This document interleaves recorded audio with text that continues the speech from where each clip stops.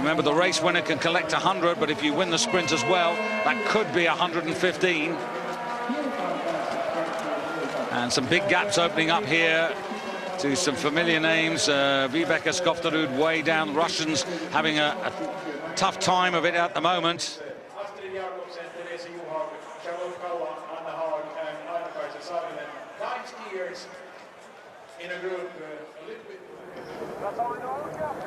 So through, and you can see there the situation at 2,500 meters.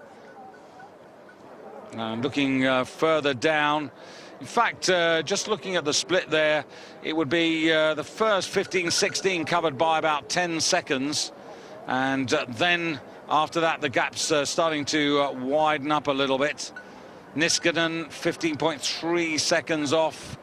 And Roppanen 16.7. Well, she's never that strong on the classic legs. Holly Brooks from the United States, encouraging to see her in there. The Americans, who had a good performance in the women's 30 freestyle, with 4 of them finishing in the top 25. That was an excellent performance by them and shows a lot of promise for the future. But you can see the breakaway group here.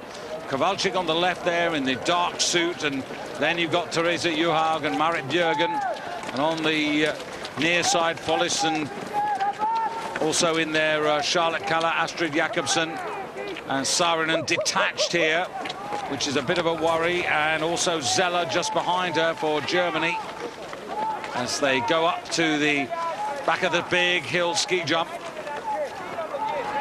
And Johaug it is, just on the right there. You can see Mariana Longa, 6 tucked in there. That's Ariana Follis.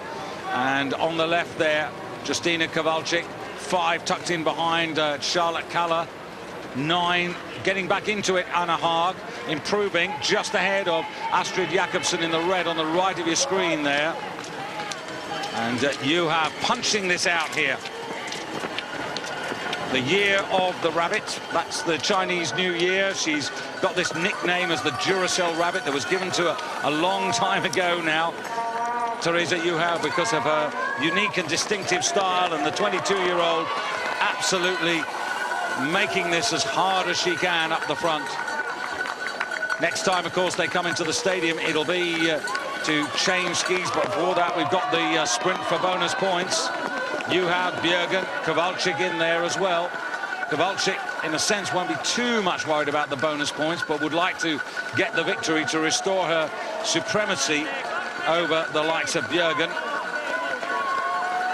And there's Ishida in the foreground there of your picture. Dark blue and sort of maroon top race suit as they go up this climb.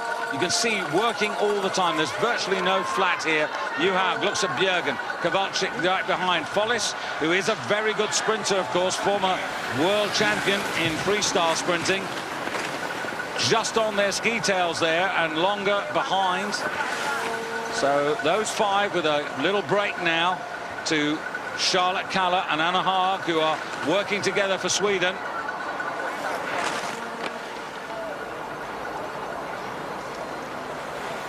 And the break is on here. Look at this. Bjoergen goes for it. So Bjoergen breaking away from Therese Johaug and Justyna Kowalczyk. 5-6 meters. Skis have been so good all season. 200 meters to the bonus points now, and Björgen's deciding that she wants these as well as winning the race, and puts on the power now.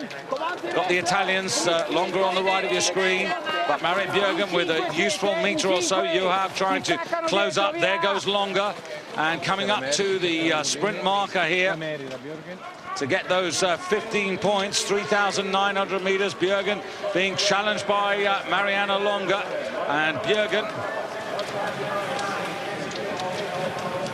and Longer, Johaug, that's the 1, 2, 3. So 15 bonus World Cup points to Marit Bjoergen. And the gap, as you can see now, really opening up now. Keegan Randall should improve on the second leg, I would think. And just leading that little group through there, looking a little bit tired there, Marta Kristoffersen. Back to the business end of the race now.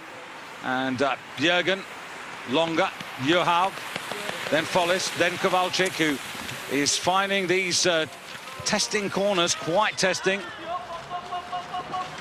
Normally, of course, the women will race 7.5 kilometers in both codes to make up the 15 kilometers, but after the World Championships, reduced as a 10-kilometer pursuit. Spinning down towards the stadium. There you can see on the left your pit stop there. So setting up now for this right-hand turn where many have run into trouble over the many years that Lahti have been racing here. Bjoergen and Johaug, and then Kowalczyk, and they just swing out there. And it's an interesting little look there from the Italians to Kowalczyk. Saarinen on the way down, and here are the two Swedes.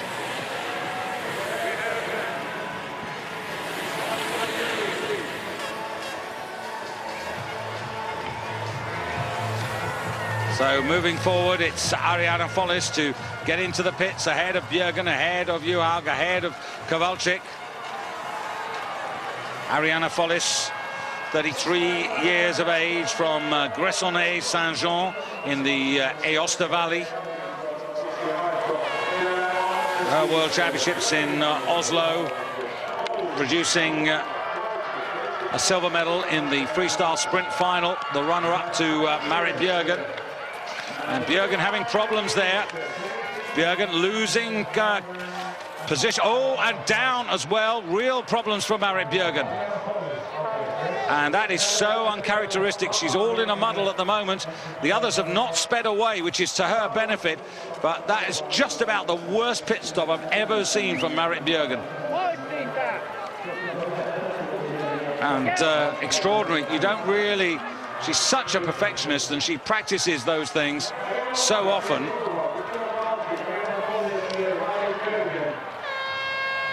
So out Follis, Bjoergen with a little bit to make up there. They've got a 7 or 8 second break, but you can just see Bjoergen all over the place. Had troubles with the binding, just clipping in on the left ski when she was... And there is one of the... Just clipping in on the left ski when she was... And there is one of the traditional falls. There's always somebody who runs into a problem. Well, that's how it was, but remember, Bjoergen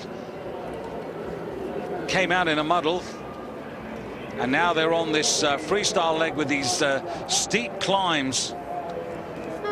Now they climb once again here on the freestyle skating leg. They're climbing up to something like 800 meters, as you see the time differences here. And then there's a really fast descent from about 800 down to 1400 before they climb again. And this is the steepest of the climbs in both the loops here. And Johaug with, as you can see, Kowalczyk and Bjoergen still trying to recapture the lost meters.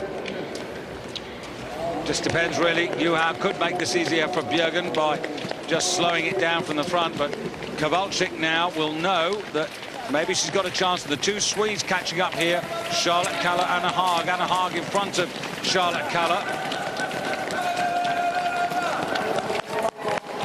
There's Aina-Kaisa Saarinen just behind as well. And behind Saarinen, travelling quite well. I think that was... Can't actually pick out who that was. It might have been Mikhailova for Russia, but I'm not 100% certain. Try and sort that out in a minute when they come through. They're the two Swedes, just waiting for the Finns at the moment to come into view.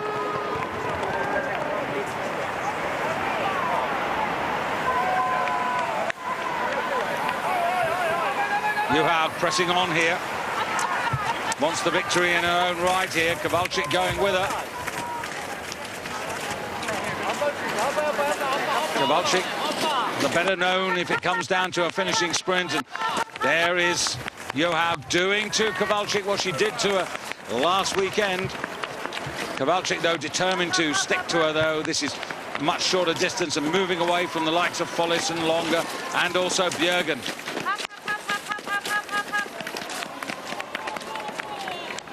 And Johaug absolutely on fire at the moment.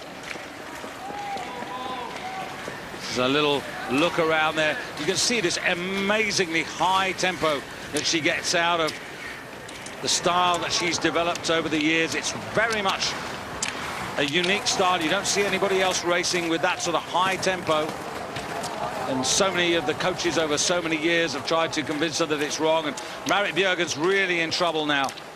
Taking the wind out of her that fall, and she finds herself behind the two Swedes now. Still have to come into the stadium. There's still 3,800 meters to go, but Bjoergen just at the moment having a problem. And up front, Johaug putting on all the pressure at the moment.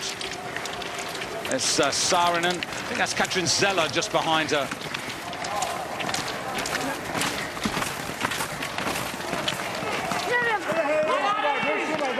And another push here by Johaug, trying to break Justyną Kowalczyk.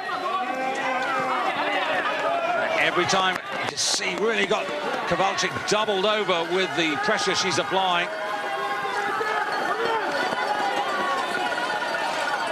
And this would be as sweet for Johaug as it was last weekend if she can deny Justyną Kowalczyk once again. But Kowalczyk's so strong, just getting in the glide, just trying to take the oxygen in there and recover a little bit. Johaug, particularly on the return to the stadium, can be quite neat, and you can see Kowalczyk trying to get track position here. And gets in front. Deciding that she wants to not share the work, but dictate the pace. And now beginning to try and move away on this section ahead of Johaug, who's now got to tough it out and get and stay on those ski tails of the Polish World Cup champion. Interesting now, Kowalczyk forcing the pace here.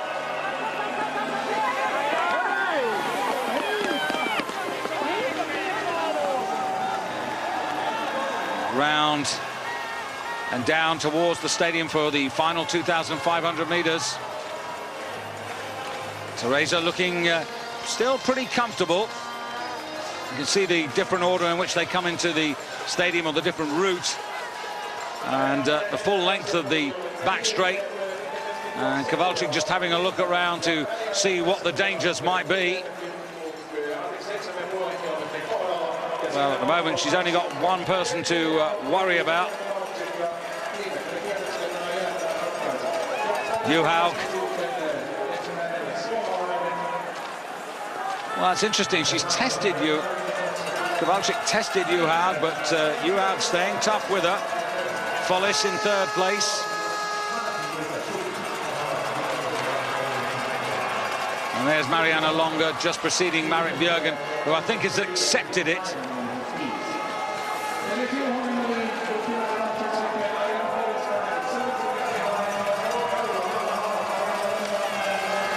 Saarinen being followed there by Shevchenko.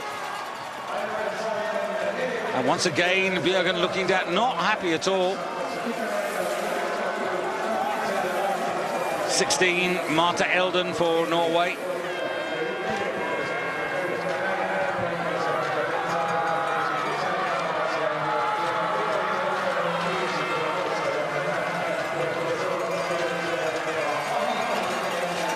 Well, we really need to get out to Therese Johaug and Justyną Kowalczyk, because that's where the big fight is on here.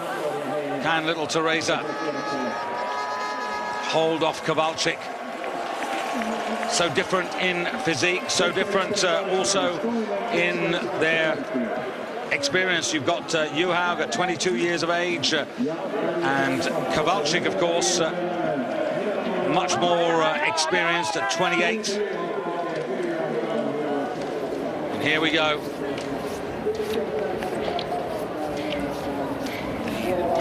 Oslo gold medalist over 30 kilometers freestyle, chased by the bronze medalist. And then just behind there, that's Ariana Follis trying to close up as well. Camera foreshortening though, and you can really get a good idea from this camera shot of the sort of